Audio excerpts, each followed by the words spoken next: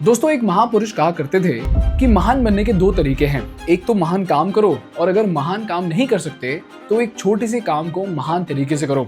और ये 1 रुपए की पल्स की कैंडी इसी बात का जीता जागता उदाहरण है। Ever since its launch in 2015, the 1 rupee candy has taken India by storm.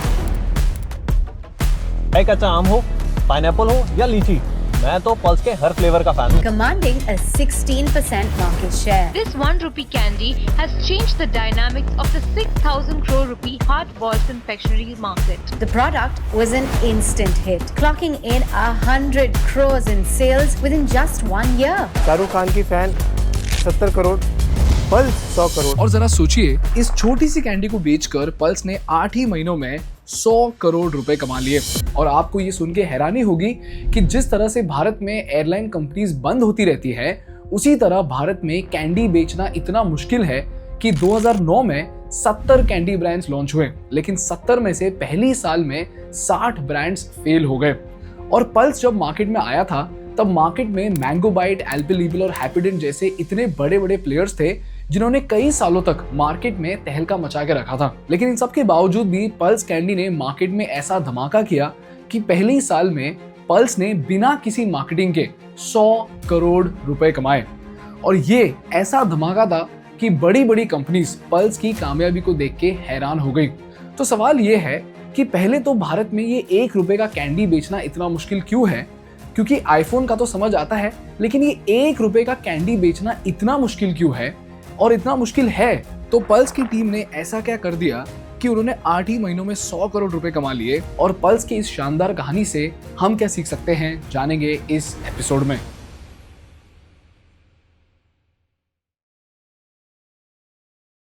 दोस्तों, ये चैनल ज़ेरोदा और थिंक स्कूल का एक जॉइंट इनिशिएटिव है, जिसके माध्यम से हम भारत को वर्ल्ड क्लास बिजनेस एजुकेशन देना चाहते हैं। तो अगर आप बिजनेस सीखना चाहते हैं तो प्लीज इस चैनल को सब्सक्राइब कीजिए। और अगर आपका कोई दोस्त है जो बिजनेस सीखना चाहता है तो प्लीज उनके साथ इस चैनल की लिंक को शेयर कीजिए। आपके लिए लाइक और शेयर और सब्सक्राइब तो फ्री है, लेकिन हमारे ग्रोथ के लिए ये बहुत बहुत जरूरी है। दोस्तों, पल्स की कहानी को समझने से पहले हमें पहले ये समझना होगा कि भारत में कैंडी बेचना इतना मुश्किल क्यों है। इस चार्ट को देखो, ये है भारत का 40,000 करोड़ का स्वीट ट्रीट मार्केट। इसमें कई तरह के प्रोडक्ट्स आते हैं। पहले तो आते हैं हार्ड बॉइल्ड कैंडीज, यानी वो कैंडीज जिनका स्ट्रक्चर एकदम कड़क होता है, जैसे एल्पेंलिबे, मैंगो बाइट और पल्स। फिर आती है गम्स, जिसमें आ गए बूमर, सेंटर फ्रेश और हैप्पीडेंट। उसके बाद आते हैं इक्लेयर्स, कॉफ कैंडीज जैसे स्ट्रेप्सिल्स, लॉलीपॉप्स, और आखिरी में आते हैं जेलीज। और जैसा कि हमने देखा, पल्स आता है इस कैटेगरी में, जिसे हम कहते हैं हार्ड बॉइल्ड कैंडीज। अगर आपको ये समझ आ गया तो अब समझते हैं कि हार्ड बॉइल्ड कैंडीज को भारत में बेचना इतना मुश्किल क्यों है। दोस्तों, इसके 3 कारण हैं। पहला कारण ये है कि ये कैंडी कोई भी बना सकता है। इन कैंडीज को बनाने के लिए आपको सिर्फ चाहिए शक्कर, फ्लेवर और पैकेजिंग, दैट्स इट। और इसको बनाने के लिए कोई भी बड़ी टेक्नोलॉजी की जरूरत नहीं होती है। और ये जितनी भी सारी चीजें हैं, ये मार्केट में एकदम सस्ते में आपको मिल जाएगी, जिससे कल के कल आप हार्ड बॉइल्ड कैंडीज का बिजनेस शुरू कर सकते हैं। लेकिन अगर आपको डेयरी मिल्क जैसा एक चॉकलेट बनाना हो तो आपको मैन्युफैक्चरिंग ही बहुत बहुत महंगा पड़ेगा। जहां हार्ड बॉइल्ड कैंडीज के लिए शक्कर आपको 50 रुपए किलो में मिल जाएगा, चॉकलेट के लिए जो कोको लगता है वही आपको 600 रुपए किलो पड़ेगा। और कोको इंडिया में मिलता भी नहीं है। इसका मतलब यह है कि आपको चॉकलेट बनाने के लिए कोको अफ्रीका से इंपोर्ट करना पड़ेगा। और एक तरफ जहां हार्ड बॉइल्ड कैंडीज को बहुत ही आसानी से एक बॉटल में सालों तक रखा जा सकता है, डेयरी मिल्क जैसी चॉकलेट के लिए आपके ट्रक से लेकर दुकान तक सब जगह पर आपको फ्रिज बिठाना पड़ेगा, वरना आपकी चॉकलेट पिघल जाएगी। और इसी वजह से हार्ड बॉइल्ड कैंडी मार्केट में अगर कल आपने एक बढ़िया प्रोडक्ट बना भी दिया ना, तो कल के कल आपके 10 से 12 कॉपी कैट्स मार्केट में आ जाएंगे और आपका बिजनेस खा जाएंगे। इनफैक्ट जैसे ही लोगों ने ये देखा कि पल्स कैंडीज की सेल्स बढ़ती जा रही है, उसी साल मार्केट में 50 से 60 कंपनीज ने पल्स की एग्जैक्ट सेम कॉपी बनाकर मार्केट में बेचने की कोशिश की। यह है दोस्तों पहला कारण जिसकी वजह से भारत में हार्ड बॉइल्ड कैंडी बेचना बहुत बहुत मुश्किल है। इसका दूसरा कारण है ब्रांड लॉयल्टी। आसान भाषा में बोलूं तो अगर आप दुकान में जाकर हैप्पीडेंट मांगो और दुकान वाला आपको सेंटर फ्रेश दे दे तो क्या आपको बुरा लगेगा? नहीं ना, आपको कुछ फर्क पड़ेगा ही नहीं। लेकिन अगर आपने दुकान में जाके मिंट मांगा और किसी ने आपको हॉल्स का स्ट्रॉबेरी फ्लेवर चिपका दिया तो क्या आपको अच्छा लगेगा? नहीं right, you will not take that candy at all. तो अपने मार्केट में ब्रांड नहीं फ्लेवर चलता है। तो कल अगर आपने लेमन फ्लेवर का कोई प्रोडक्ट लॉन्च कर भी दिया तो लोग आपके कॉपी कैट से भी खरीद लेंगे एज लॉन्ग एज वो लेमन फ्लेवर का कैंडी हो। तो कुल मिलाकर कस्टमर को आपके ब्रांड से कोई फर्क नहीं पड़ता। ये है दूसरा कारण जिसकी वजह से हार्ड बॉइल्ड कैंडी में एक ब्रांड बनाना बहुत बहुत मुश्किल है। अगर आपको ये समझ आ गया तो अब आते हैं तीसरे कारण पर। तीसरा और सबसे बड़ा कारण ये है कि भारत में हर स्टेट में अलग अलग फ्लेवर्स चलते हैं। तो जो फ्लेवर तमिलनाडु में चलता है वो पंजाब में नहीं चलेगा, और जो अरुणाचल में चलता है वो गुजरात में नहीं चलेगा। और इन सब के बाद अगर आप एक ब्रांड लॉन्च भी कर दो तो आखिरी में आपको प्रॉब्लम आएगा इन्फ्लेशन का।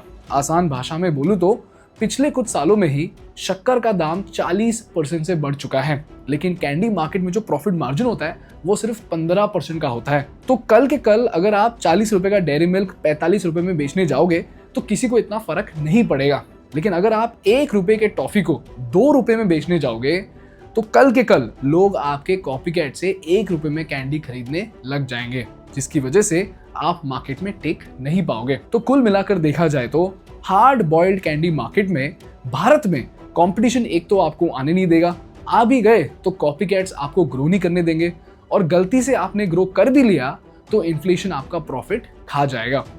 यही कारण है दोस्तों कि 100 में से 90 कैंडी ब्रांड्स भारत में फेल होते हैं। तो सवाल यह है कि अगर भारत में टॉफी बेचना इतना मुश्किल है तो पल्स ने ऐसा क्या कर दिया कि उन्होंने 8 ही महीनों में 100 करोड़ की कैंडी बेच दी।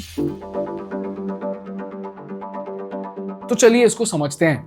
दोस्तों, पल्स कैंडी को बनाया भारत के बहुत बड़े बिजनेस हाउस ने जिसका नाम है DS ग्रुप।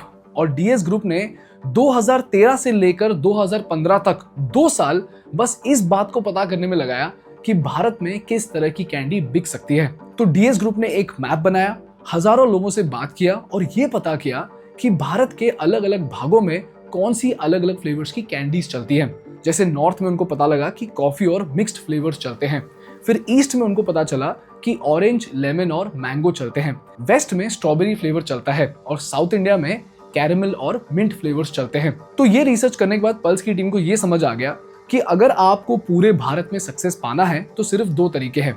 एक तो सारे फ्लेवर्स लॉन्च करके पूरे इंडिया में डिस्ट्रीब्यूट करो, या फिर एक ऐसा फ्लेवर पता करो जो पूरे भारत को पसंद आए। और यहीं पर दोस्तों 2 साल की रिसर्च के दौरान पल्स की टीम को भारत के बारे में एक अद्भुत बात पता लगी। The team developed a product with a tangy twist inside the candy, which slowly releases in your mouth and you enjoy the taste to the end.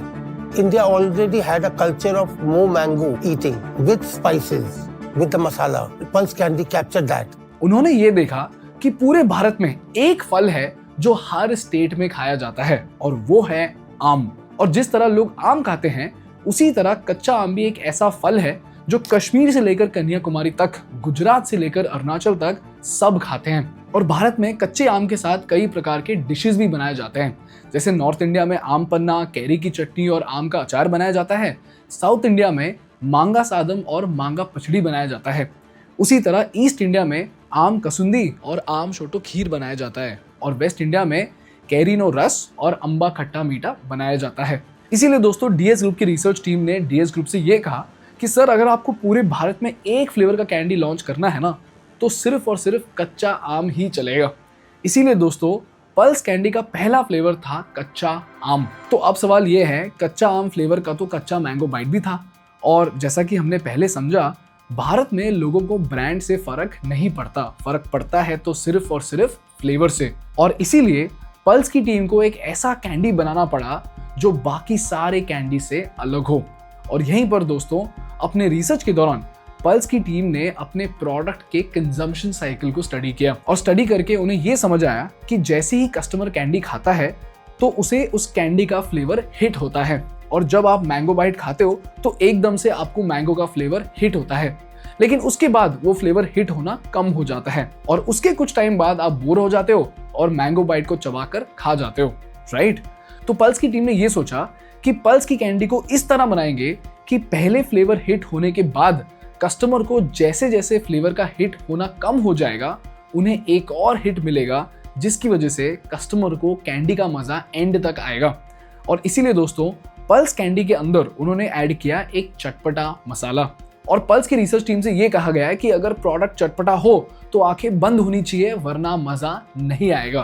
तो इसीलिए दोस्तों डीएस ग्रुप ने एक ऐसा प्रोडक्ट बनाया जिसने कश्मीर से लेकर कन्याकुमारी तक, अरुणाचल से लेकर गुजरात तक पूरे भारत में तहलका मचा दिया। लेकिन ये तो हुई प्रोडक्ट वाली बात, और जैसा कि हमने देखा कैंडी मार्केट में एक तो कंपटीशन आपको आने नहीं देगा, आप आ भी गए तो कॉपीकैट्स आपको ग्रो नहीं करने देंगे, और गलती से आपने ग्रो कर भी लिया तो इन्फ्लेशन आपका प्रॉफिट खा जाएगा।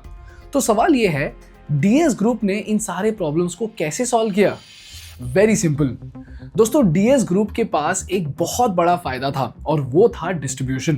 क्योंकि डीएस ग्रुप ने पल्स के पहले रजनीगंधा, पास पास और बाबा इलायची जैसे कई सारे प्रोडक्ट्स को मार्केट में लॉन्च कर डिस्ट्रीब्यूट किया हुआ था।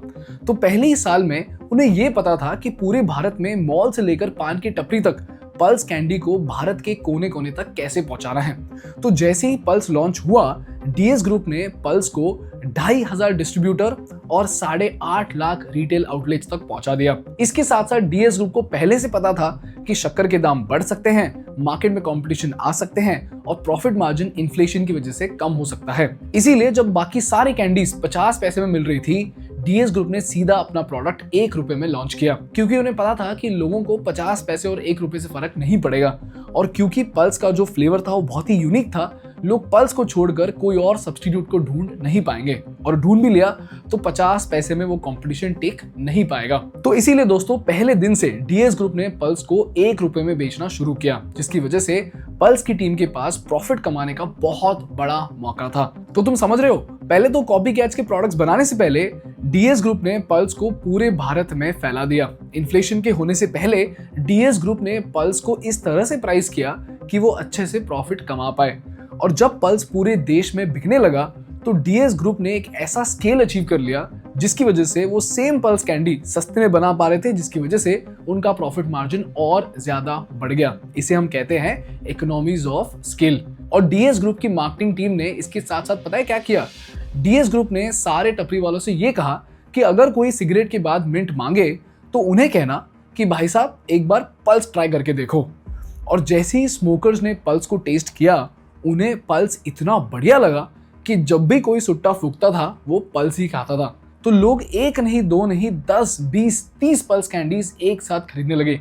यहाँ तक कि कुछ लोग पूरे डब्बे भी खरीदने लगे। इसके साथ साथ जब लोगों के पास छुट्टे नहीं थे तब भी दुकानदार उनको पल्स देने लगा, क्योंकि डीएस ग्रुप ने दुकानदारों को बहुत अच्छा मार्जिन दिया। इसी तरह दोस्तों पल्स भारत के हर घर में पहुंच गया, और आज पल्स की कैंडी 300 करोड़ से भी ज्यादा रेवेन्यू डीएस ग्रुप के लिए जनरेट करती है। ये थी दोस्तों पल्स की कहानी। अब सवाल यह है कि इस कहानी से हम क्या सीख सकते हैं? लेसन नंबर 1, सब्र का फल हमेशा मीठा होता है। इस केस में हमने ये देखा कि डीएस ग्रुप जैसी इतनी बड़ी कंपनी ने भी 2 साल का वक्त लेकर इतना रिसर्च किया जिससे वो एक ऐसा प्रोडक्ट बना पाए जो मार्केट में धमाका कर सके। लेसन नंबर 2, चाहे आप मार्केट में कितने भी बड़े ब्रांड हो, अगर आप मार्केट के खतरों का ध्यान नहीं रखोगे तो मार्केट आपको खा जाएगी। जैसे इस केस में डीएस ग्रुप ने कॉपीकैट से लेकर इन्फ्लेशन तक सारे खतरों का ध्यान रखा, और ध्यान रख के उन्होंने एक ऐसा प्रोडक्ट बनाया जिसकी वजह से वो इतने लंबे समय तक मार्केट में टिक पाए हैं। एंड लास्टली दोस्तों, अगर आपको भारत में एक कंज्यूमर ब्रांड बनाना हो तो आपको डिस्ट्रीब्यूशन समझना होगा। जैसे इस केस में डीएस ग्रुप ने पान की टपरी से लेकर मॉल तक अपना इतना जबरदस्त डिस्ट्रीब्यूशन बनाया कि पहली साल वो 100 करोड़ रुपए कमा पाए। और अगर आप ऑफलाइन रिटेल के बारे में सीखना चाहते हैं तो हमने आपके लिए एक 2 घंटे का एपिसोड शूट किया है वीबा सॉस के फाउंडर विराज बहल के साथ। अगर आप इस एपिसोड को देखोगे तो आपको बहुत ही बढ़िया तरीके से समझ में आ जाएगा कि किस तरीके से प्रोडक्ट बनाते हैं और किस तरीके से उसको डिस्ट्रीब्यूट करते हैं, जिससे आप 1000 करोड़ की कंपनी बना सकते हो। That's all from my side for today guys. अगर आपको ये वीडियो पसंद आया तो प्लीज इस वीडियो को लाइक कीजिए, और इसी तरह अगर आप बिजनेस सीखना चाहते हैं केस स्टडीज के माध्यम से तो प्लीज हमारे इस चैनल को सब्सक्राइब कीजिए। आपके लिए तो फ्री है, लेकिन हमारे लिए ये बहुत बहुत जरूरी है। Thank you so much for watching. I will see you in the next one. Bye bye.